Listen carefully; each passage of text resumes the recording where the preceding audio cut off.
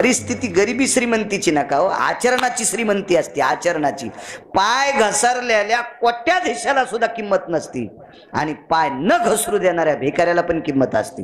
आपल्या संस्कृतीत आचरणाला किंमत आहे, संपत्तीला किंमत. राजकारण असेल, व्यापार असेल, वैद्यकीय क्षेत्र असेल, शैक्षणिक क्षेत्र असेल, गुरुजी आपलं क्षेत्र असेल, आपल्या क्षेत्रामध्ये जातीला विचारित नाही. आपल्या क्षेत्रात किती सोनं घातलंय त्याला विचारित नाहीत. आपल्या क्षेत्रात किती 2-4 किलो माळी घातल्यात त्याला विचारित नाहीत. आपल्या क्षेत्रात तुला किती चाली येतात त्याला विचारणार नाहीत. आपल्या क्षेत्रात तू किती पक्वाद वाजवतो त्याला विचारणार नाही. आपल्या क्षेत्रात तू किती कीर्तन करतो त्याला विचारणार नाहीत. आपल्या क्षेत्रात आचरणाला किंमत आहे. आचरणाला, ज्याचं आचरण गोड आहे का त्या माणसाचे लोक पटापटा पटापटा पटा पाया पडते. मग तो भारीच्या गाडीत आलाय का पायी पायी आलाय काय नाही. माझ्या लहानपणचा 40 वर्षाचा तर 700 वर्षापूर्वी परिस्थिती काय असेल याची कल्पना करा. पांघरायची अवस्था असेल का. माझ्या लहानपणी कोपनचे लुगडे आले, त्याला आता राशन म्हणतात. कोपनचे लुगडे, त्याला उगी अशी साध्या कोण्या तरी कलरची नखी, बुट्ट्या गिट्ट्या काय नाही. हो, ते लुगडे सुद्धा नेसलेल्या बायका मी पाहिल्या. आता लुगड्याला कमीच नाही. आता डुकर मधात येऊन म्हणून रानातला कंपाऊंड लुगड्यांचं साड्यांचं. हो, लुगड्याला साडीला डुकर पण भेटेत महाराज. तर आपण यायच्या किती लांब राहावं याचा विचार करा. विठाला विठाला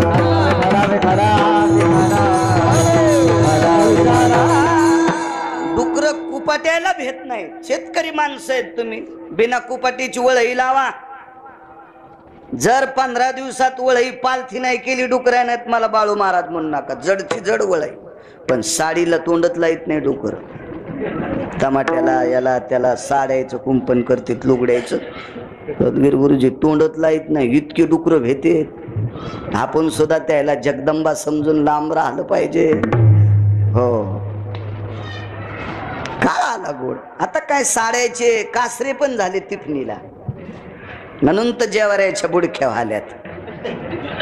काय बदलला. मी पूर्वीचा काळ सांगतो. वस्त्र कमी होते, अडचणी होत्या, परिस्थित्या नाजूक होत्या. लक्षात असावा, जीनच्या पॅन्टीवाल्यांना घरातला एक माणूस पाहुण्यासोबत जेवायला बसायचा. खालून भाकर असायची, वरून चतकोर चपाती असायची. त्यांवरची खाचीत नाही, खालचीच मोडून भाकर खाची. म्हणजे घरच्या माणसाला चपाती नव्हती, इतकी परिस्थिती नाजूक होती. होता काळ, दुष्काळ होता, नव्हतं तेवढं धनधान्य. तर 700 वर्षापूर्वी काय प्रगतशील काळ असेल, काय परिस्थिती नाजूक असेल, कसली प्रगती आली त्यावेळेला. आमची लोक इतकी तुम्हाला टकटक सांगतात. कीर्तनाला फेटा बांधायच्या आधी एक गोळी, फेटा सोडल्यावर एक गोळी, कधी कधी चालू कीर्तनात एखादी घ्यावात लागती, नाही मरतो आमच्यासारखा. हो, चांगलं खाऊ दे. चिखल केला ना आपण, मर्यादा सोडल्यानं, मग तोही मर्यादा सोडतोय. गळ्यात शपथ खोटं नाही. कीर्तनात सांगायलो, भगवान शिवजीच्या दरबारात, मारुतीरायाच्या दरबारात, गोदावरी मातेच्या तीरावर सांगायलो, हे जे आपल्याला लागतंय याच्यापेक्षा शिल्लक अन्न नाश करतात का, ही माणसं शेपटीच्या आळ्या होणार. हो, त्याच्या बायका पण शेपटीच्या आळ्या होणार, त्याचे मधली मध्येच नालीत लग्न होणार. हो, कारण सांगू, 2050 अन्नाचा दुष्काळ आहे. जी माणसं असा नालायकपणा करतील का त्यांच्यावर बिकट परिस्थिती. पैशाचे बंडला असतील महाराज, पण धान्याचा दुष्काळ असेल. ही येऊ नये याच्याकरता वेळीच सावध व्हा. त्या मालकांनी दिलेली आपल्याला ती चेतावणी आहे, सावध व्हा. आपल्याला लागेल तितकंच अन्न घ्या, नका फेकू. शुगर असेल, तुला शिरा खायचा नाही, घेताना घेऊच नको ना. तू सांग ना मला शुगर आहे, घ्याला. बैल आहे का तू? बैलाला कळत नाही वैरण मालकाला टाकताना ते म्हणत नाही मग पोट भरलं. पण तुला कळतंय ना, तू माणूस आहे ना, तू बैल नाही ना, तू गध नाहीस, तू मसण नाहीस, तू हाल्या नाहीस.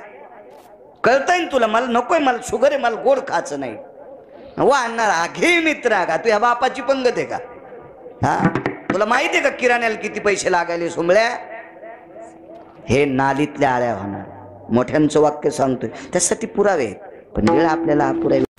स्वर्गीय सत्यलोकवासी, गोलोकवासी, कैलासवासी भामाबाई बापूबुवा पुरी ह्या विश्वाच्या मालकाच्या सानिध्यात शिवस्वरूप झाल्या, भगवंताच्या सानिध्यात विलीन झाल्या. त्यांचा आजचा हा स्मृतीला उजाळा देणारा कार्यक्रम म्हणजे त्या मागे 6 तारखेला जात राहिल्या. खूप दिवस झाले. तुमच्याकडे मला वाटतं 3ऱ्या दिवसाच्या नंतर करण्याची पद्धत आहे, काय ताण नाही. पण आता जुना काळ वेगळा होता. आता या काळामध्ये सगळ्यांना शक्य होत नसतं, म्हणून मोठ्या विस्तृत पद्धतीने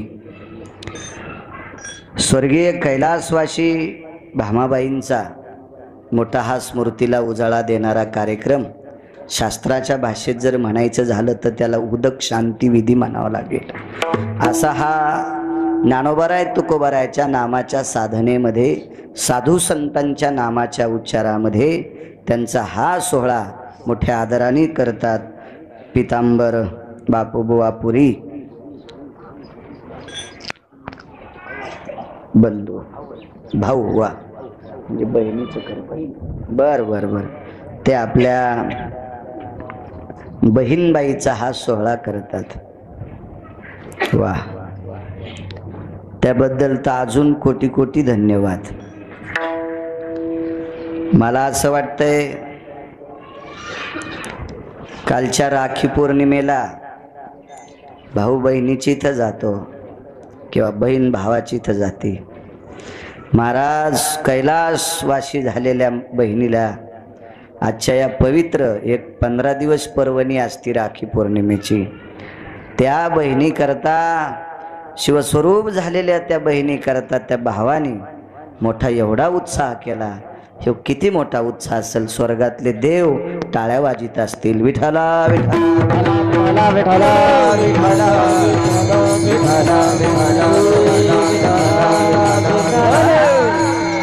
म्हणून पितांबर बुवांना कोटी कोटी धन्यवाद. बोलता बोलता राहिलो. गावात जेवढ्या आडनावाची मंडळी असतील, मला पुरी मंडळी कंपनीनं जरी आमंत्रित केलं असेल बुवा महाराज, पण भानगड अशी आहे, महत्त्वाचा विषय असा आहे की गावाला याच्याकरता धन्यवाद देतोय. एवढी मोठी वास्तू तुम्ही माझ्या मारुतीरायाची आणि भगवान शिवशंकराची केली, त्याबद्दल गावातल्या प्रत्येक व्यक्तीला प्रणाम करतो. पावसाळा असो काही असो, किती मोठी वास्तू आहे. मागे 2 कीर्तनं झाले, त्यावेळेला वरचा सभामंडप नव्हता. मला महाराज म्हणले वरी कीर्तन होणार आहे. मी म्हणलं काय पाऊस नाही, काय नाही, होत राहील. ते म्हणले पाऊस असला तरी होतंय.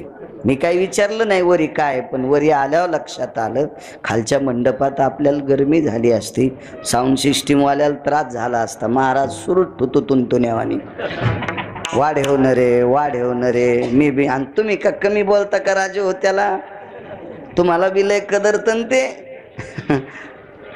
आहे का नाही, आम्हाला तुम्हाला यायला, म्हणून त्यालाही बिचाऱ्याला आवाज देता येतो साऊंडवाल्याला. सगळ्या गोष्टी पुनश्च एकदा गावकऱ्यांना प्रणाम करतो.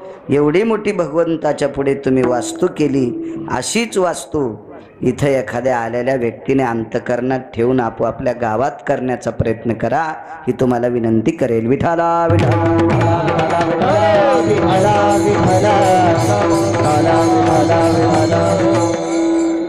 मृदंगाचार्य महाराज सोनोळकर हरिभक्तीपरायण आमचे नवनाथ महाराज त्या गावाला कीर्तन घेत असतात. तुम्ही इकडं सारंगपूरला 2 वर्ष फोन केलता. आदरणीय हरिभक्तीपरायण दत्ता महाराज आहेत, आमचे सद्गुरू गुरुजी आहेत. आदरणीय ज्यांच्यासोबत चाल म्हणली श्रेयश महाराज आहेत. आदरणीय गोड सुरुवात केली ती ओंकार महाराज आहेत. मस्तक माझा पायावरी या वारकरी संतांच्या, विनेकरी असतील, दोन्ही चौकदार असतील, साऊंड सिस्टीमवाले असतील. आमचे बुवा महाराज कुठे कीर्तन सोडत नाहीत. पंढरपुरात पण लांबून तिथं ओंकारनाथ संस्थानला आलते, त्यांनाही धन्यवाद. इथं जेवढी महाराज मंडळी आहेत सर्वांना प्रणाम करतो. स्वागता करता हजर होते आमचे महाराज, त्यांनाही प्रणाम करतो. या पितांबर बुवाच्या घरच्या कार्यक्रमाच्या निमित्ताने आमचे ओंकार महाराज बन आमच्या गावातलीच व्यक्तिमत्व आहे. मी तसं शेलूत राहतो, त्यांचं इथं मला वाटतंय अंत्यविधीला आले त्याच दिवशी फोन आलता फकरू महाराजांकडे, आणि मग त्या दिवशी ही तारीख काल परवाची पाहिजे होती, पण माझी रिकामी नसल्यामुळे मग आजच्या दिवस ठेवला. आणि कालची करता आली असती दुपार, पण राखी पौर्णिमेचा सण असल्यामुळं जिकडं तिकडं प्रत्येकजण व्यापात असतो, म्हणून आजचा दिवस ठरला. मलाही येण्याचा योग आला. कीर्तनं तर रोजही असते, पण त्याचं कारण सांगतो. पवित्र स्थानावर कीर्तन झाल्यावर महाराजाला सुद्धा पुण्य लागते. नाही तर मळ्यानं यानं त्यानं मंगल कार्यालयात गांजा कीर्तन असतेत ना, तिथं कोणाच्या पाया पडू. मंगल कार्यालयात कीर्तन ठुलं तर कोणाचं लग्न असू द्या, दारूच्या शिश्या असत्यातच. असं म्हणायचं नाही आमच्या समाजात दारू पेत नाहीत. भारतात अशी जातच नाही की त्या जातीत लोक दारू पेत नाहीत. प्रत्येक जातीत लोक दारू पेतेत ना, म्हणून तिथं ते बाटलेलं असतंय. मंदिर पवित्र आहे. भगवान शिवजीचं दर्शन झालं. सर्व ग्रहाचं अधिष्ठान ज्यांच्या पायापाशी त्या मारुतीरायाचं दर्शन झालं. पवित्र गोदावरी माता तर सगळ्याला दिसती. आळशानं जरी जांभळी देऊन इकडं पाहिलं तरी पण त्याचा उद्धार. म्हणजे हे ठिकाणाची ताकद आहे. अशा ठिकाणावर आम्हाला सुद्धा पुण्य प्राप्त होतं.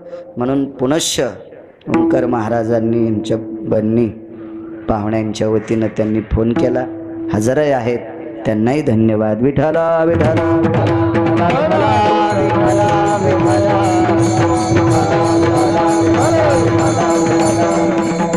तुटला आयुष्याचा दोरा. एक जण म्हणे, महाराज प्रयत्न चालत नाहीत का? व्याधीसाठी प्रयत्न चालतील, दुखत असेल तर प्रयत्न चालतील. आयुष्यासाठी प्रयत्न आतापर्यंत कोणाचेही सफल झालेले नाहीत. कारण आयुष्य जर शिल्लक नसेल तर डॉक्टर सुद्धा काही करू शकत नाही. आयुष्य शिल्लक असेल तर तो व्याधीमुक्त करेल, आणि आयुष्य जर नसेल तर मग मात्र डॉक्टर काही करू शकत नाही. वैद्यवाच विती जीवा, जय वैद्य देवा. वैद्य म्हणजे डॉक्टर. आयुष्य संपल्यावर त्याचं सुद्धा काही चालत नाही. मग आयुष्याची माळ तर तुटणारच आहे. 5-7 लोक सोडून दिले तर प्रत्येकाच्या आयुष्याची माळ तुटते. आपण म्हणतो त्यांना देव आज्ञा झाली, ते वारले, ते मृत्यू पावले, ते खर्चले, ते गेले, ते मेले, असा आपल्याकडे शब्द असतो. शरीराचं आणि आत्म्याचं कनेक्शन तुटणे, दोघं बाजूबाजूला होणे, याचंच नाव आहे आयुष्याची माळ तुटणे. आयुष्याची माळ तुटली की आत्मा हा बाजूला जात असतो. म्हणजे दिव्याची ज्योत विझत असते, रिकामा भग्न दिवा राहत असतो. या विझलेल्या दिव्याला, या शरीराला प्रेत म्हणतात, मड म्हणतात, प्रेत म्हणतात. मग इंग्रजी वगैरे वगैरे बाकीच्या भाषा काय काय दळतात त्याच्यावर आपल्याला काय घेणे. पण आपल्याकडं प्रेत शुद्ध भाषा आणि रोजची प्रचलित सर्वसामान्य खेड्यातली भाषा म्हणजे मड. संत वाङ्मयात सुद्धा मड शब्द आलाय. मडे झाकुनिया, मड शब्द संत वाङ्मयात पण प्रेत हा अति थोडा वरचा शास्त्राची भाषा आहे प्रेत. मग एकदा प्रेतात रूपांतर झालं रे झालं. आयुष्याची माळ तुटली की प्रेतात रूपांतर होतं, आणि प्रेतात रूपांतर झालं की त्याची माती ठरली. शरीराची होय माती, शरीराची माती होती या शरीराची. पार्थिव ते प्रेत जरी दफन केलं असेल तरी कालांतराने 4-2 वर्षानं काढलं तर फक्त अस्थिचा सापळा सापडेल, मधलं काही सापडत नाही, त्याची माती होत असते. इथं धामुनी नावाचं गाव आहे परळीच्या अलीकडे. त्या गावाला 10 मुनी असं नाव होतं. नंतर 10 मुनी पडलं. तिथं 10 मुनीश्वरांच्या समाध्या होत्या. मी या वर्षी तिथं कीर्तनाला गेलो. तिथल्या लोकांना विचारलं नाव कसं काय, तर काय म्हणे आमची इथं 10 मुनींच्या समाध्या आहेत. मग त्यांनी असं थोडासा सभामंडप केला तर त्या कॉलमच्या खड्ड्यामध्ये 2 मुनींचे सापळे सापडले. ते म्हणले आम्ही ते पूजेला ठेवले, दर्शन घेतले, पुन्हा ते कपड्यात बांधून टाकले. आता त्या कधी मुनींचा दफनविधी झालता कोणालाच माहित नाही, पण ते मुनी नाही सापडले, फक्त त्यांच्या अस्थी सापडल्या. मज्जा तंतू याचं सगळं माती होऊन गेली. माती पेटवलं तरी माती, मातीत टाकलं तरी माती, पाण्यात टाकलं तरी माती. या शरीराची माती होत असते. मग तो कोणी असो, केवढाही असो. त्याचा विचार नाही करायचा. निसर्गाचा नियम आहे, शिवस्वरूप झाल्या, देवाच्या पायापाशी विलीन झाल्या. इष्ट मित्र सजन सखे सोयरे धायरे मिळून त्यांना 6 तारखेला समर्पित केलं. किती मोठ्यांना जावं लागते, एक मुद्दा तुमच्या पुढे मांडतो. नामदेवरायाच्या घरी त्यांच्या सासरवाडीतला एक व्यक्ती आली.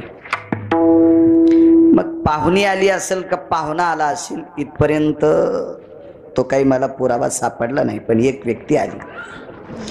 मग एक आली त्या अर्थे पाहुणी आली नसेल. पाहुणी एकटी कशी येईल? जुना काळ सांगतो, आता एकट्या जात्यात पाहुण्या. आता काळ बदलला, काही विषय नाही. काही काही पाहुण्या तर इतक्या गोड आहेत, नवऱ्याला कामाला लावत्यानं मीच जाऊन येते म्हणत्याल. अशा सुंदर पाहुण्या आहेत काही काही. अशी ज्याला भेटली असेल त्याचं नशीब तुर्कस्तानच्या पलीकडे झोपले. हो, काही काही इतक्या पाहुण्या गोड आहेत, त्याला सरकी लावायला ठुत्यात, वान्य राहणायला ठुत्यान, पाख राहणायला ठुत्यान आणि ह्या जत्राला जात्यान. अशा पण काही काही आहेत ना, टकटक दिसायल्यात 7-8 जणी. चांगल्या पुरात गंगात टाकावा त्या 4 जणीला. विठाला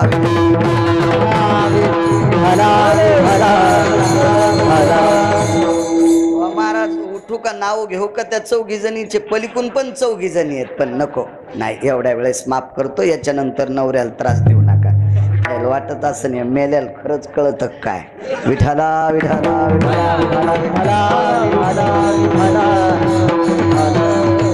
एक व्यक्ती नामदेवरायाकडे बिदरवरनं आली, कर्नाटकातून आली.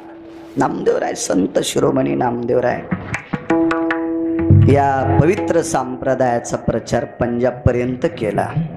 ती नामदेवराय पाहुणी आल्याच्या नंतर एक व्यक्ती आली नामदेवरायाच्या सासरवाडीतनं. हिवाळ्याचे दिवस होते, पांघरायच्या अडचणी होत्या. महाराज आता जुन्या जर अडचणी सांगितल्या न बुवा महाराज, त्या जीनच्या पॅन्टीवाले म्हणतील गिरगावकराच्या गोळ्या संपल्यात. गोळ्या संपल्या म्हणतील हे पागल झालाय, याच्या डोक्याला शॉट द्यायला हॉस्पिटलमध्ये न्या म्हणतील.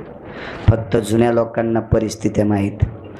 मोठ्यात मोठ्या माणसांकडे सुद्धा आथराय पांघरायला जास्त वस्तू नव्हत्या. आता गोदड औषधाला सापडणं. काय होतं गोदड्याशिवाय? गोदड्याला सुद्धा महाराज श्रीमंत घरच्या बाईला गरीब घरची बाई टाकून दिलेलं लुगडं मागित होती. नेसता येत नव्हतं दत्ताबुवा नवनाथ, असं लुगडं मागायचे तरी ती बाई देत नव्हती. कशाला? त्याचं गोदड शिवायचंय.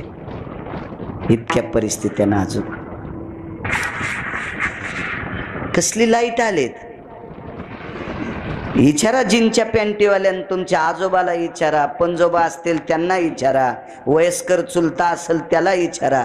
संध्याकाळी घासलेटाचा दिवा लावायचा आणि सकाळी तोंड आणि नाक पुसलं तर ते कपडे काळे व्हायचे, त्या धुपणानं काळे व्हायचे, काळे व्हायचे. इतक्या परिस्थित्या नाजूक होत्या. आत्ताचा काळ सांगतोय. पाहुणे आल्याच्या नंतर राजाईनं सहज नामदेवांना प्रश्न केला, स्वामी काय ग जेवण झालीत?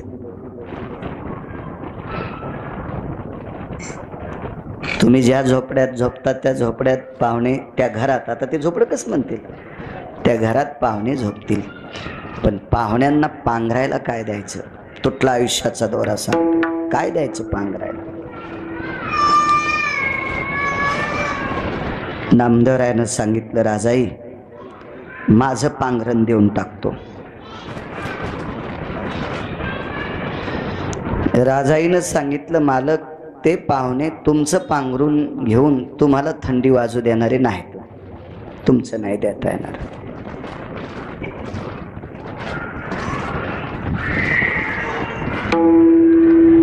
तुझं देऊन टाक, माझंही देणार नाही, घेणार नाही. मला असं वाटतं नामदेवरायचे मेहुणे असतील. बहिणीला थंडी वाजू द्यावा ना आपण पांघरून घ्यावा असा भाऊ कोण असेल? नाही. मेहुण्याला थंडी वाजू द्यावा ना आपण पांघरून घ्यावा असा मेहुणा असतो का? नाही.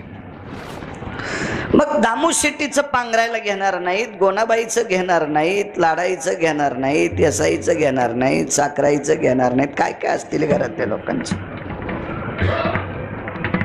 सगळ्यांच्या एका कोपऱ्यात बसून भांडे घासता घासता एक माऊली ऐकत होती. ते लेकरं ज्याचे असतील त्यानं थांबवा ना, दटू गिटू नका.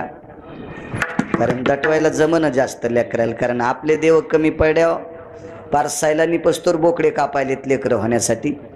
त्याच्यामुळे कोणाला दटू नका, फक्त ज्याचं असेल त्यानं शांत ठेवा.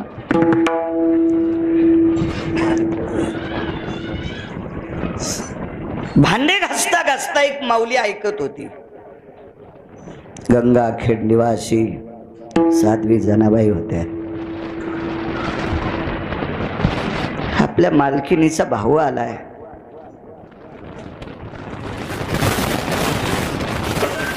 जनाबाई मालक म्हणायच्या, नामदोरायला मालक म्हणायच्या. नौकराचा मालक मालकच असतो. मग जनाबाई मालक का म्हणत होत्या? त्या नामदेव स्वतःला नामदेवरायची दाशी समजित होत्या. दाशी नामयाची म्हणून या मालक म्हणायची. राजाबाईला मालकीनबाई म्हणायच्या, गोनाबाईला आईसाहेब म्हणायच्या, दामू शेट्टीला बाबा म्हणायच्या. भांडी घासली, पालथी घातली, ज्या ज्या ठिकाणी ठेवतात तिथं ठेवली, अंथरणं टाकल्या गेली. आणि जनाबाई ज्या झोपड्यात राहत होत्या त्या झोपड्यात देवघर होतं. लाकूड असं टांगलेलं. कशाची दोरी होती हो त्या काळात? एक सांगतोय जीनच्या पॅन्टीवाल्यांना, माझ्या लहानपणी एखाद्याची जोडणी जर चालू असेल माळवत, तर कडीत ठोकायचा खिळा जर वाकला ना आणि तो जोडणी करणाऱ्यानं जर बाजूला टाकला तर तो खिळा चांगला माणूस घरी नेत होता. तो ठोकून त्याला तेलाची कॅन, कपडे अडकवायला कशाला. इतकं दुर्भिक्ष होतं, इतकं दुर्भिक्ष. आता स्लॅबचं घर केल्यावर तर 20 किलो तर ते मिस्त्री खिळे फेकून देते. संध्याकाळ दुपारा ठोकणं, दुसऱ्या दिवशी उपसून फेकून देणं. ते का पुन्हा वापरीत का ते खिळे? काळ सुधारित आला. म्हणून मी म्हणतो ना, ही पोरं म्हणतील याच्या गोळ्या संपल्या, इतकी गरिबी कशी असेल? होती गरिबी. याच्याही पलीकडची सांगतोय. तुम्ही गोदाकाठची माणसं आहात. खळा हा पद्धत तुम्हाला चांगली माहीत आहे. ज्वारीचं खळं जर करायचं असेल तर आधी जमीन उकरायची, पाणी टाकायची, बैलाच्या पायानं खुरवतायचे, पुन्हा पाणी टाकायचे, भुसकट टाकायचे, थापटवायची जमीन, मधात मेढ रवायची आणि मग ते काय मळण धरायचे. आता ते हे म्हणतील हे डोकं खराब झालंय. आता ज्वारी काढायचीच गरज नाही, सरळच घातलं, कडबं जिकडं तिकडं जाईल, पण धान्य डायरेक्ट आडतीच जाईल, पोतं भरायचं काम नाही. काळ आला तुमचा, नशिबवा ना तुम्ही, त्याबद्दल दुमत नाही. तर शक्यतो मळणीच्या बैलाला मुंगशा असतात, पण आधा कदा एखाद्या बैलानी शेवटच्या टप्प्यातल्या धोड कणसाची ज्वारी खाल्ली तर काम करणारे गडी होते का गडी, खळं जरी ताब्यात असलं तर उपरण्यात छटाकभर मदन नेता येत नव्हतं, पसाभर मदन. बैल जर शेण टाकीत असेल तर धोड ज्वारी खाल्ल्यावर बैलाला पचत नसती, ती शेणातून पडत असती, तर ते शेण धरीत होते. शेण, ते शेण धुवाचं आणि मग त्याच्यातल्या ज्वारीच्या कण्या खायच्या. ही परिस्थिती होती, ही परिस्थिती. विचारा विचारा 70, 80, 90 वर्षाच्या बुजुर्ग आजोबाला, पंजोबाला, चुलत्याला, काक्यांना, मामांना विचारा, काय काळ होता तुमच्या काळातला. 700 वर्षापूर्वी काय काळ असेल. अंथरणं टाकल्या गेली, त्या देवघरातून आपली वळकट झटकली, लाकडावर अशी टाकलेली, त्याला वळणी म्हणतात. ती झटकिली अशी गोदडी आणि आवाज दिला, मालकीनबाई, मालकीनबाई. काय ग जना? जना म्हणायच्या. काय ग? दादा आले तुमचे? हो ग. मग आज पांघरायला हे वाकळ देऊन टाका.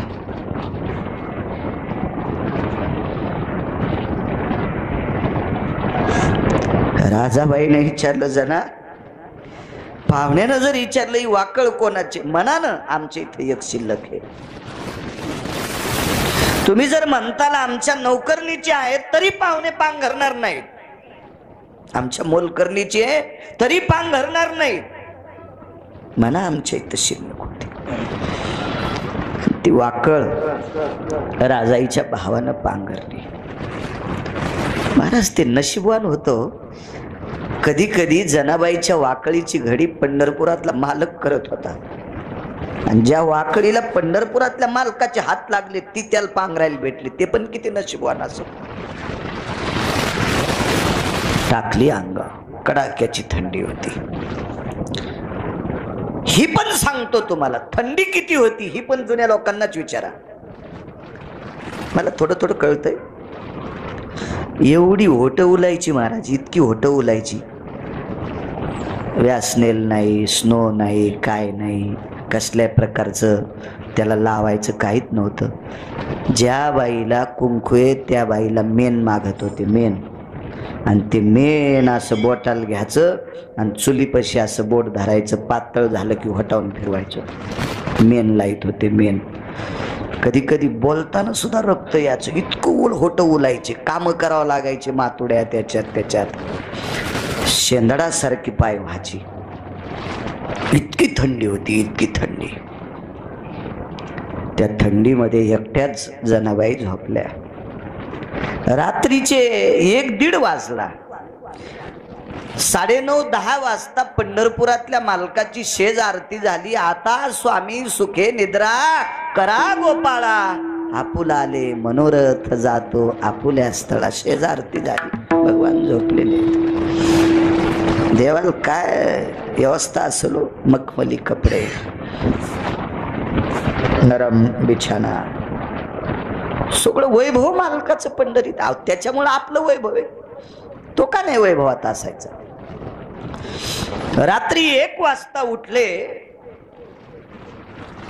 तर देव उठायच्या अगोदर विटेवरच्या मालकिनीनं देवाकडे पाहिलं होतं. तर अंगावरचा कपडा असा थरथर थरथर थरथर करू लागला. अंथरुणाला स्पर्श केला. स्वामी, मालक. भगवान खडबडून उठले. काय? अहो, ज्या वेळेला पांडव लाक्षाग्रहात पेटून दिले त्यावेळेला तुमच्या अंगाला रात्री घाम आलता, तुम्ही सुदर्शन फेकलं, चक्र फेकून ती धरणी फोडली, तुमच्या अंगाला घाम आलेला मी पाहिला.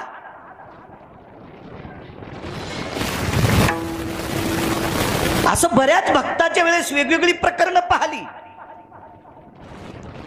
पण आज मात्र तुमच्या अंगावरच पांघरून थरथर करतंय. नेमकं काय? रमा म्हणजे लक्ष्मी.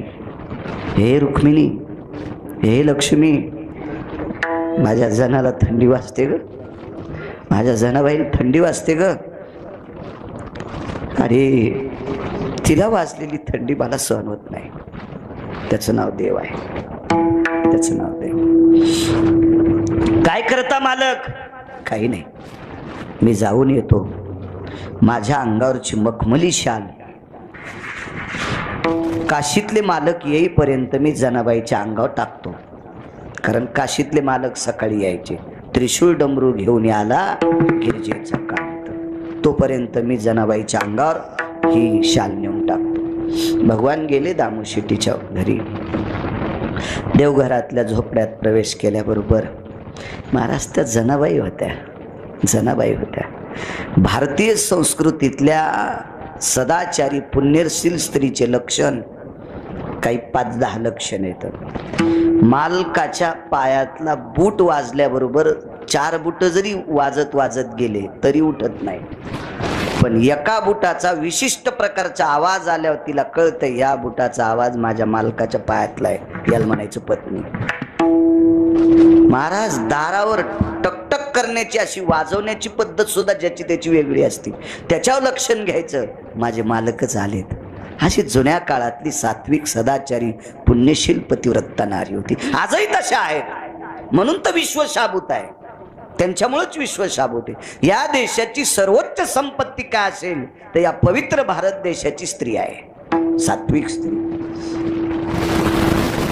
पाऊल वाजल्याबरोबर थोडस जाग आल्यासारखं झालं. झोपच नव्हती, उगा डोळा लागायचा कुडकुड कुडकुड. जगाच्या मालकानं अंगावरती मखमली शाल टाकली. ताड दिशी उठल्या, पाय धरले. प्रभू प्रभू, माझ्या अंगावर ही मखमली शाल? जना, मला थंडी वाजत होती ग देवा. ही तुमच्या अंगावर असल्यावर थंडी कशी वाजल? तसं नाही ग जना, आज तुला थंडी वाजत होती म्हणून मला वाजत होती. तर मला विचार, लक्ष्मीला विचार, मी स्वतः तुला भेटून तुझ्या अंगावर शाल टाकण्यासाठी आलो. प्रणाम केला.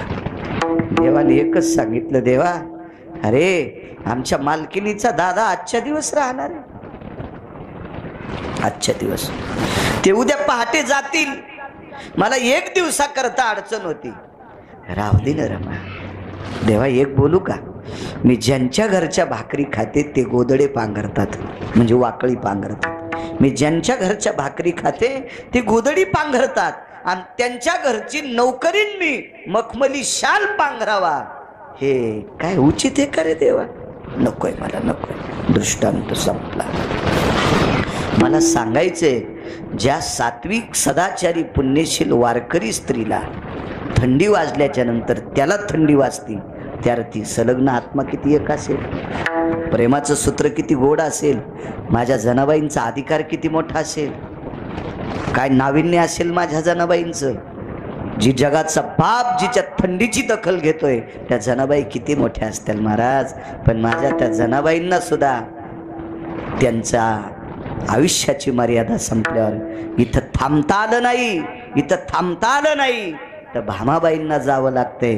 काय नवलाची गोष्ट. म्हणून मालक पहिल्या कडव्यात ताकद असेल महाराज, नाही थांबता आलं, भामाबाईंनाही जावं लागलं. एक मुद्दा मांडतो, वेळेत सोडेल, वेळेच्या आधी 1 मिनिटानं सोडणार नाही, आणि पुढेही तुम्हाला त्रास देणार नाही. काही माऊल्या या भारत देशात किती मोठ्या होत्या. बसा बसा वारकरी, जागच्या जागा, जिथं जागा असेल तिथं बसायचं. सात्विक सदाचारी पुण्यशील माऊल्या या भारत देशात जन्माला आल्या.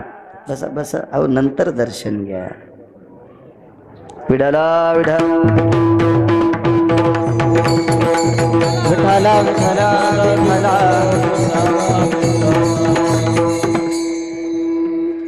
काही दर्जा आहे काही माऊल्यांचा. पंढरीतले मालक,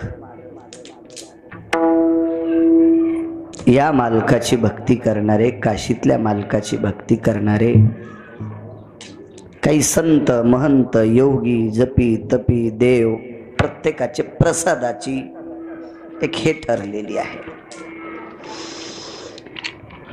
भगवान जगन्नाथाचा प्रसाद खिचडी आहे.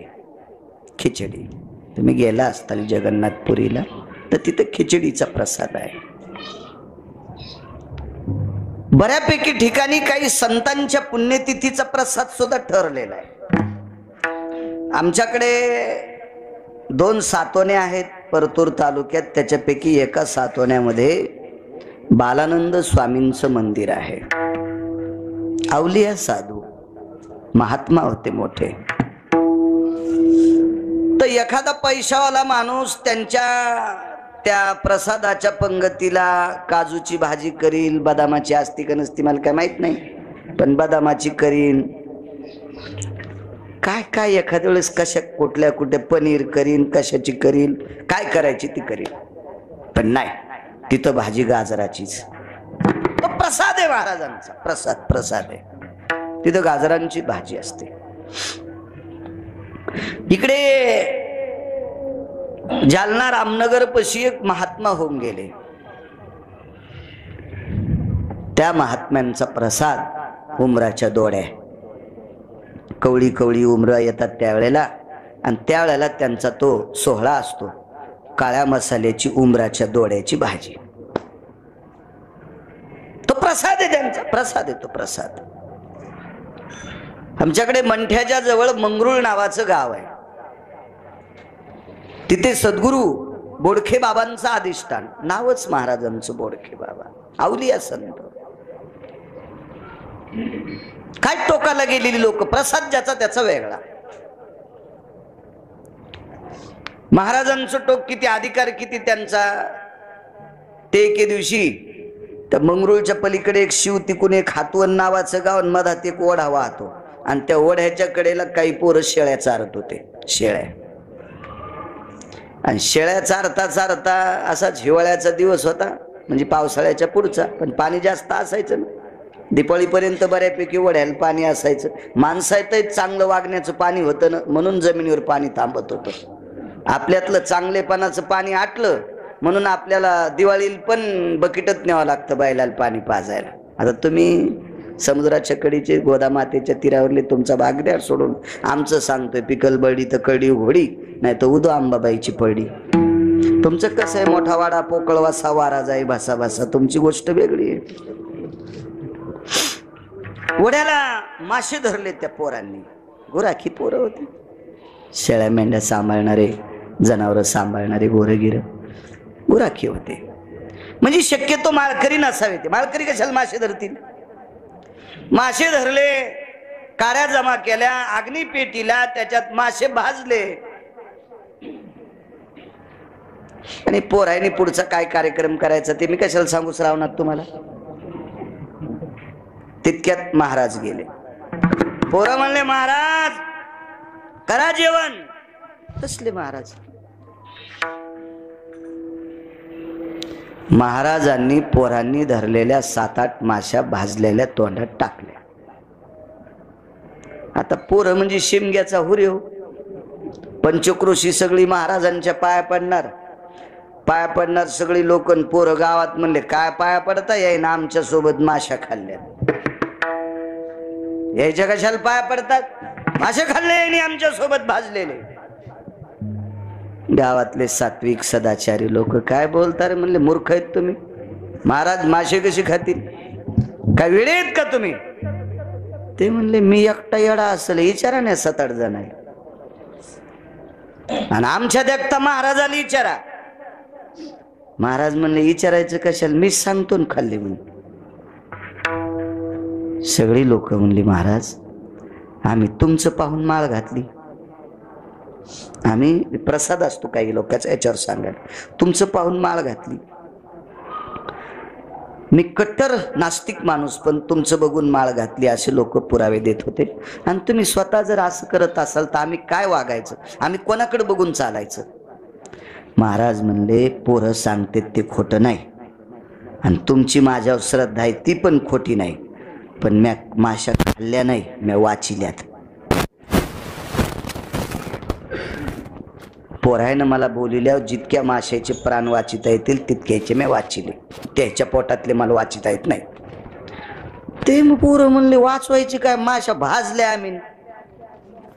भाजल्यावर जिते असतात का माशा, भाजायची काय गरज आहे. पाण्याच्या बाजूला काढली की माशी मरून जाते पाण्यातली मासा. आम्ही भाजल्या. महाराज म्हणले तुम्हाला तसं वाटत असेल, तुमचा काही दोष नाही, तुम्ही मला काय ओळखीणार आहेत, पण बकेट भरून पाणी आणा.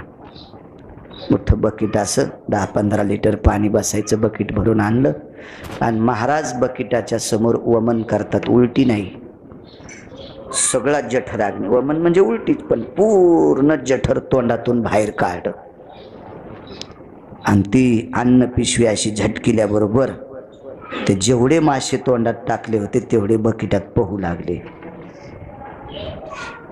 आणि ते आताडे गिताडे धुतले आणि सगळ्याला सांगितलं आता तर काही दोष नाही ना, सांग रे किती खाल्ले होते. ते म्हणलं हो 7-8च उचलल्या होत्या तुम्ही. तितक्याला तितक्या माशा जिवंत. आवली असा तो महाराज. या लोकांचा कशाला विचार करायचा. विज्ञान मानित नसेल नका मानू. काही हरामखोर मायबापाला मानित नाहीत तर साधूला मानतील का भडवे. त्याची अपेक्षा तरी करता कशाला करता. आपला संप्रदाय चमत्काराचा नाही पण साक्षात्काराचा आहे. आपला संप्रदाय साक्षात्काराचा, चमत्काराचा नाही, साक्षात्काराचा आहे. तर ज्या साधूने भाजलेली मासे जिवंत करावा त्या बोडखे बाबांचा प्रसाद कण्या आमटी, ज्वारीच्या कण्या असायच्या त्यांच्या प्रसाद असतो. प्रसाद खाली शेगावच्या पुढे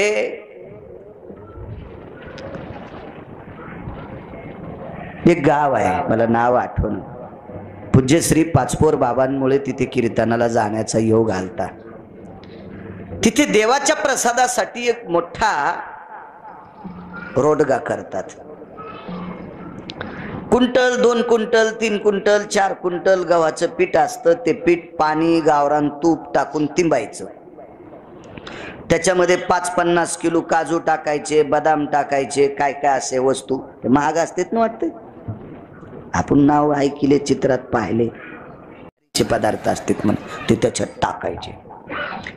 आणि मोठा कोरा कपडा घ्यायचा, तो खाली आथरायचा, त्याच्यावर केळीची पानं टाकायची आणि त्याच्यावर ते कणिक, ती तुपानं, पाण्यानं, काजू बदाम टाकून असं केलेला तो उंडा, आणि चौकून केळीचे पानं लावून त्या कपड्याची गाठ मारायची आणि माणसाच्या डोक्या इतका मोठा खड्डा, त्याच्यात गौऱ्या वगैरे याचा विस्तू आणि ते लोटून द्यायचा आणि वरून गौऱ्या टाकायचा आणि दुसऱ्या दिवशी ते काढायचा आणि येणाऱ्या भक्ताला त्याच्यातला थोडा थोडा, तो महाराजांचा प्रसाद.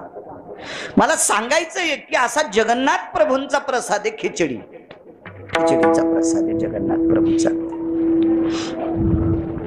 आणि मग त्या खिचडीचा प्रसाद जगन्नाथ प्रभूंचा, एवढा अधिकारी राजा, त्या जगन्नाथपुरीतला राजा, त्याच्या घरी ती खिचडी व्हायची.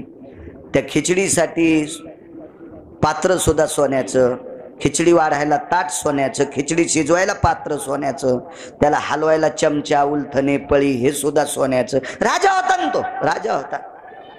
गुरुजी सांगायचे म्हणे, प्रसादाच्या पुढे जे नगारा वाजत होता का नगारा, त्या नगाऱ्याची टिपरी सुद्धा सोन्याची होते. जगन्नाथ प्रभूंचं ते देवाचं वैभव काय, अहो तुम्ही सांगताल तितकं थोडं. त्याचं वैभव काय आपल्याला वाखाणता येतं का, तो जगाचा बाप आहे. अहो त्याच्या कृपेनं आपण इतक्या आनंदात आहेत. त्याची कृपा झाल्यावर बंगला, त्याची कृपा झाल्यावर गाडी, त्याची कृपा झाल्यावर सगळ्या गोष्टी, त्याची कृपा झाल्यावर चांगले कपडे, त्याची अवकृपा झाली की लागलाच हात पसरायला. मग त्याच्या कृपेने विश्व हलतंय. ते दत्तभाऊ सामान्य असेल का, सोन्याची टिपरी नगारा वाजाय. आणि सोहळ्यातला सगळा कार्यक्रम, तुटला आयुष्याचा दोरा सांगतोय, सोहळं होतं. शिस्त, सोहळं म्हणजे शुद्धता. आपल्याकडे काय व्हायचं, सणाच्या दिवशी पुरण असायचं, त्या दिवशी पोर व्हायला. आता पुरण तर दुर्मिळ गोष्ट होती हो, महिन्याला भेटायची. आता गोड खाईनत माणसं, जास्त झाल्यावर तसंच असतं, तसं असतं ते. खूप आहे ना, सणाची अशी आतुरता असायची. पंचमी कोणीकडे झाली कळच न. पोळा आल्याच्या नंतर ज्याच्याकडे बैला असायची, तो भारदस्त शेतकरी असायचा. तर काही काही लोकांचा असा भाव असायचा की मला ते पोळ्याला जेवायला सांगतात, असं प्रेम असायचं. आता श्रीमंताला खाऊ देणं, गरीबाला खाऊ देणं, फक्त गोड गोळ्या खाऊ द्यायला, पसापसा. झोपताना गोळ्या, झोपेतून उठल्यावर गोळ्या, झोपायच्या आधी गोळ्या, हे पसापसाच.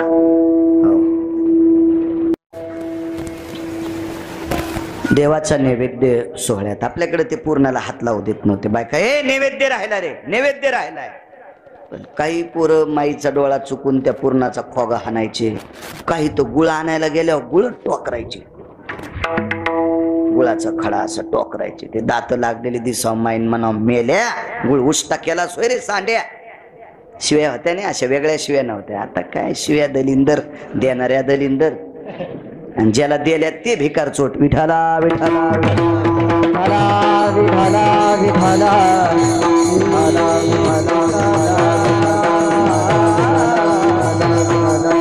महाराज. परिस्थिती नाजूक होती, पण माणसांची पावलं जमिनीवर होते, पावलं जमिनीवर होते. भजून खायची माणसं, त्याच्यावर श्रद्धा ठेवून अन्नाला एक प्राणातली एक गोड गोष्ट समजून ती खायची. आता मोठ्या मोठ्या लग्नानं चेंडू फेकल्यासारखे मोठमोठाले लाडू बुंदीचे फेकून द्यायले, कवटावानी गुलाबजामुन लाडू. ही माणसं पुढच्या जन्मात खराब नालीतल्या आळ्या होणार. कीर्तन सोडायचे, विठाला विठाला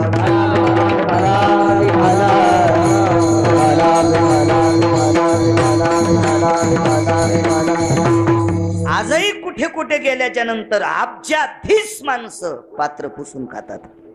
अब्जाधीश माणसं स्वतःचं पात्र पुसून खातात.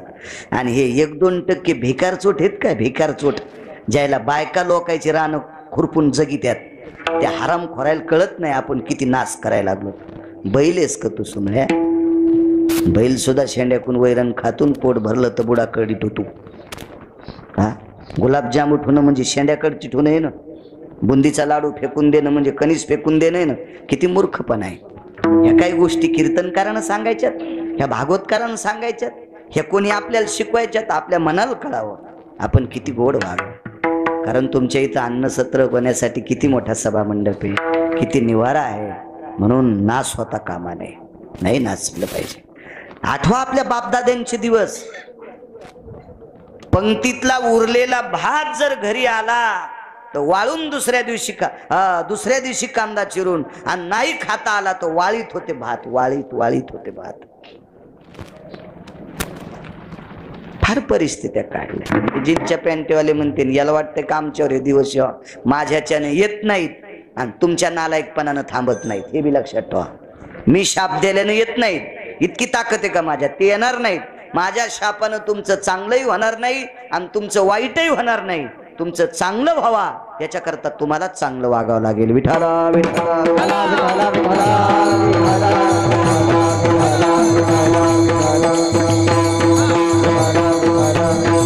महाराज, परिस्थित्या तुम्हाला एक आठवत असेल, बऱ्या बुऱ्या माणसाच्या घरी जर पंगत झाली, महाराज मी डोळ्यानं प्रसंग पाहिले. डोळ्यानं शिऱ्या भाताच्या पंक्ती असायच्या, सगळ्याला आमंत्रण नसायचे महाराज. तर पात्रावर शिऱ्याची वडी उरल्याच्या नंतर ती पात्रासगट वडी फेकून देत होते. तर जिथं पात्र टाकतेत का तिथं कुत्रे जमा होत होते.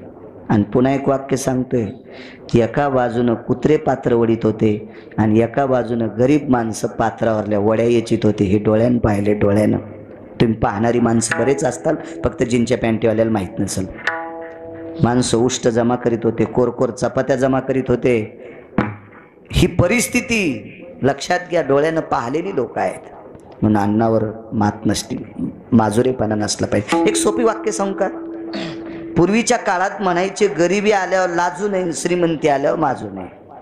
कुकर पालथ करते तो सकाळी खिचडीचं, कुकरची कुकर पालथ करते. ह्या पुढच्या जन्मामध्ये वटवाघुळी होत्या, यांना खिचडी खाता येणार नाही, ह्या यांची विष्ठा खात्याल. वटवाघुळ कशी उलटी टांगती का नाही?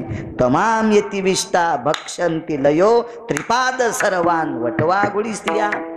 3 वेळेला स्वतःची विष्ठा खाते वटवाघुळी. का? याचे 2-4 कारण आहेत. त्याच्यापैकी अन्नाची नासाडी करणं एक काम आहे. विठाला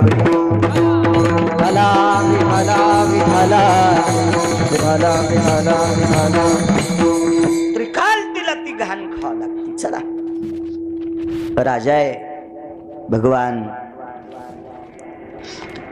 जगन्नाथ प्रभूंचा प्रसाद खिचडी घेऊन गेले. टेकलं पात्र, त्याच्यावर तुळशीचं पान ठेवलं, पाणी फिरवलं, नमस्कार केला. धर्मसिद्धांत असा सांगतो, आता मधी काही पांचटायला काही गोष्टी आवडत नाहीत, ते आपण नाही डोकं लावायचं. एकादशी वगळता, महाशिवरात्री वगळता, 24 एकादशा वगळता, 5 परवान्या वगळता, प्रत्येक नैवेद्यावर तुळशीचं पान ठेवल्याशिवाय देव स्वीकारित नाही. 24 एकादशी, 5 परवान्या, त्याच्यापैकी महाशिवरात्री आली, त्याच्यापैकी गोकुळाष्टमी आली. ह्या 5 परवान्या. आता बाकीच्या तुम्ही 3 घरी गेल्यावर पहा ना, गुत्त थोडं घेतलं सांगायला. ह्या 5. मग सोमवार जरी असेल तर सोडायचा उपवास आहे. प्रदोष सुद्धा सोडते, सोडायचा उपवास आहे. तुम्ही जो प्रसाद केलाय त्याच्यावर तुळशीचं पान ठेवतात.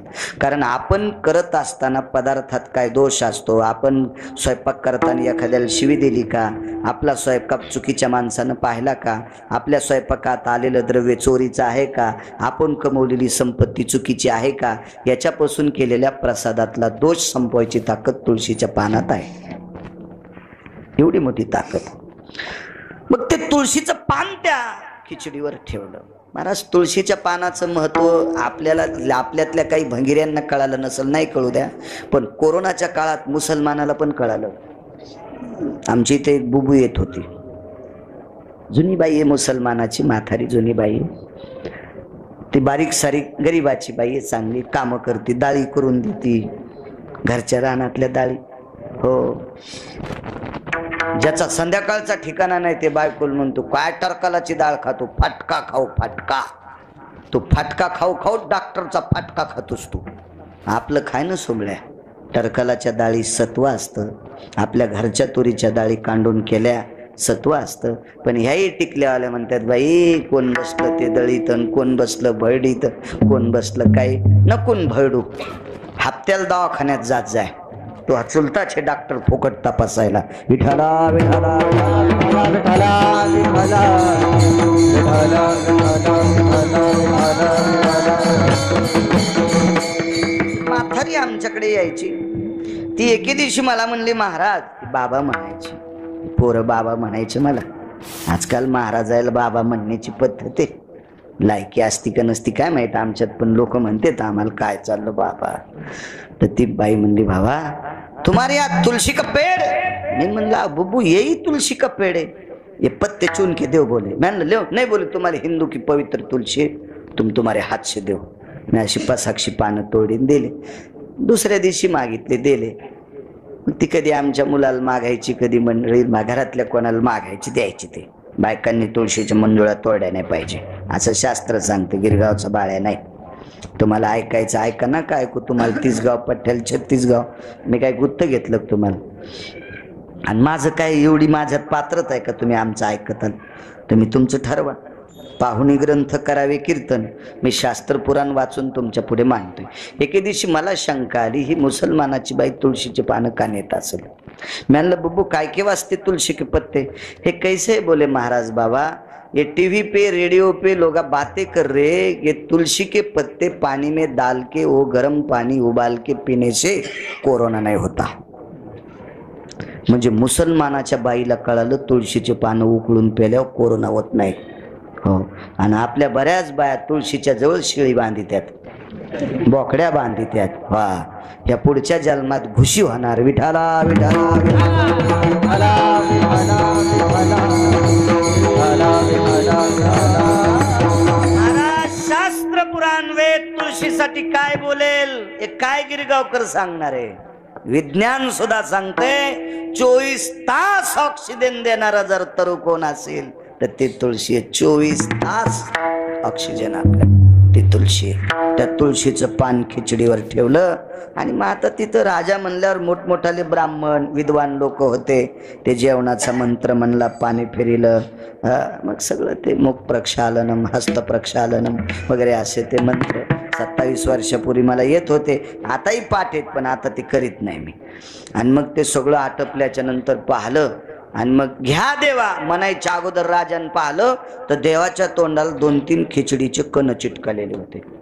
पुजाऱ्याला सांगितलं का रे तुला कळत नाही का, देवाला काल जेव घातलं ना अजून तोंड पुसलं नाहीस. मालक काल जेव घातल्यावर कालच तोंड पुसलं. आज सकाळी मी देवाला स्नान घातलंय, देवाला कपडे घातले, आणि स्नान घातल्यावर कण कशी राहतील भाताची, मग हे चिटकले कस काय.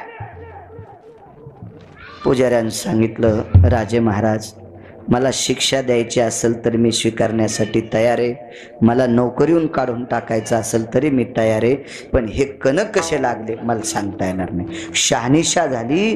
राजाच्या कानावर वारता गेली. गावाच्या कडेला राहणारी एक गरीब म्हातारी ती देवाला खिचडी खाऊ घालती. तुटला आयुष्याचा दोरा सांगतो ती खिचडी खाऊ घालती.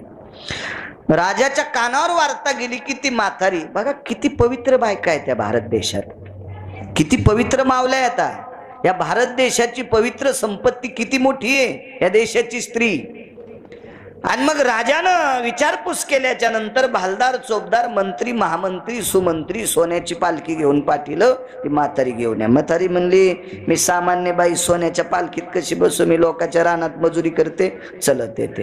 राजवाड्यात आल्याबरोबर तिनं राजवाड्याच्या बाहेर चप्पल काढून ठेवली. जुनी माणसं दर्जन वागत होती ना, चप्पल काढून ठेवली.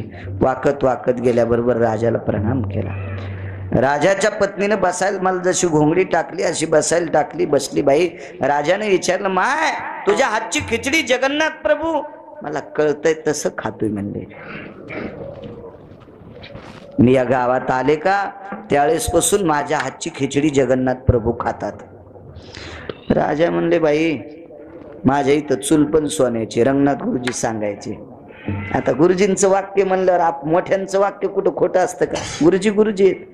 गुरुजी म्हणजे आपल्यासाठी प्रत्यक्ष ज्ञानोबर आहे. ज्ञान सूर्य होते गुरुजी, ज्ञान भास्कर. हो, परभणी जिल्हा महाराष्ट्राच्या बाहेर जर कोणामुळे ओळखल्या जात असेल तर तो फक्त रंगनाथ गुरुजीमुळे ओळखला जातो.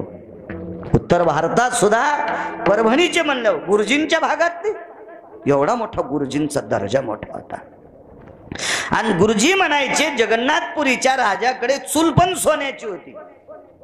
आता लाकडं सोन्याचे कसे असते ते जळायचे नाही महाराज. सोन्याची चूल, सोन्याचं पातेलं, सोन्याचा चमचा, सोन्याचं उलथणं, सोन्याची कडची, सोन्याचं ताट देवाला. नगाऱ्याची टिपरे सुद्धा सोन्याचे. काय वैभव. आणि मग त्या बाईला सांगितलं, बाई आम्ही देवाच्या तोंडाला खिचडी लावतो, फक्त देवाला गावरान तुपातली खिचडी. तू इथं गावरान? ती म्हणली गावरान तूप नुसतं मी ऐकले, मी अजून पाहिलं नाही. लोणी? ती म्हणली लोणी यष्टीव नाव पाहिलं. म्हणता ते सकाराम बाबाची लोणी, यष्टीव नाव पाहिलंय, लोणी मला काय पाहायला भेटलं नाही. मग बाई तू इथं लोणी नाही, तूप नाही, काय नाही, मग तू खिचडी कशी खाईन? ती म्हणली तोंडाने खातो दे. ती बाई का सामान्य आहे का महाराज? उत्तम भाऊ म्हणून उकळीकर होते, एक साधी व्यक्ती. ते अशा गोदावरीच्या पात्राच्या जवळ जर कीर्तनाला आले ना तर ते लवकर यायचे, आंघोळ करायचे, काय टावेल नाही काय नाही, पटका धुवायचे, वाळू घालायचे, जे उपरनं गुंडाळायचे, धोतर वाळू घालायचे, शर्ट बनेल वाळू घालायचे. ते येडवाकडं हाडकलं की लगेच याचे इना घ्यायला सुरू. गाथामुख होत होत, गाथामुख होत होत. पण असे टोकाला गेलेली महाराज सुद्धा त्यांच्या पाया पडायचे. का? आचरणाचं सूत्र होतं. आपल्या शास्त्रात आचरणाला किंमत आहे, देखाव्याला किंमत नाही. तू इथून गणगुळी लावून इकून पाठीवर वघळ येऊ देतोस का ते सांगूच नको. असे वघळे लय पाहिलेत. विठाला विठाला विठाला विठाला विठाला विठाला विठाला विठाला विठाला विठाला. राजाची तर सोन्याची पात्र असेल, ही झोपड्यात राहणारी बाई होती पण आचरणशील होती ना. देव खिचडी खातोय म्हणजे सामान्य बाई असेल का महाराज? राजाच्या पत्नीनं, प्रधानाच्या पत्नीनं, याच्यातल्या काही लोक आहेत. आता कोणी राजाच्या जवळ एक अर्ध टचके टुचके मारणारा माणूस असतो. ते म्हणले मग कर ना खिचडी. ती म्हणली तुमच्या इथं सोन्याची चूल, सोन्याचं पातेलं सगळे, पण तुमच्या इथं तांदूळ भारीचे, गावरान तुपातली फोडणी आहे, पण तुमची खिचडी देव खात नाही. काऊन? म्हणजे कशामुळं?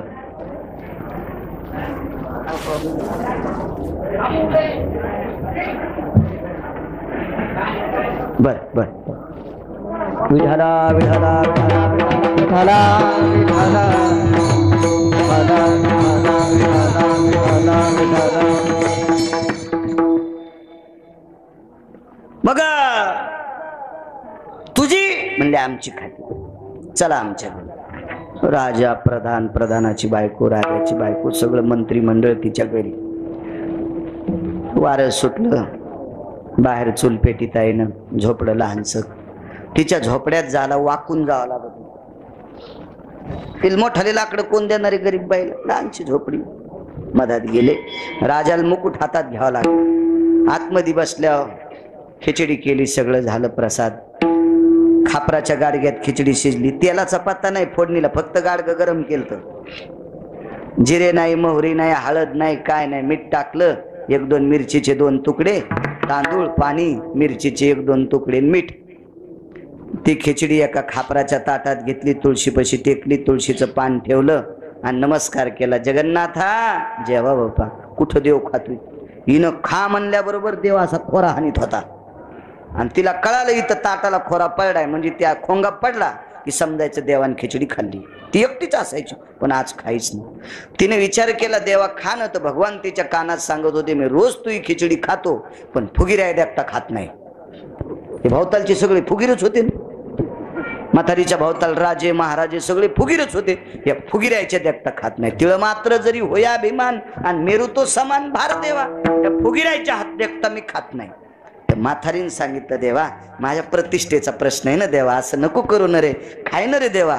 त्याच्यातली अर्धी खिचडी गायब. काहीतरी घटना झाली. विढोबार फुमाई.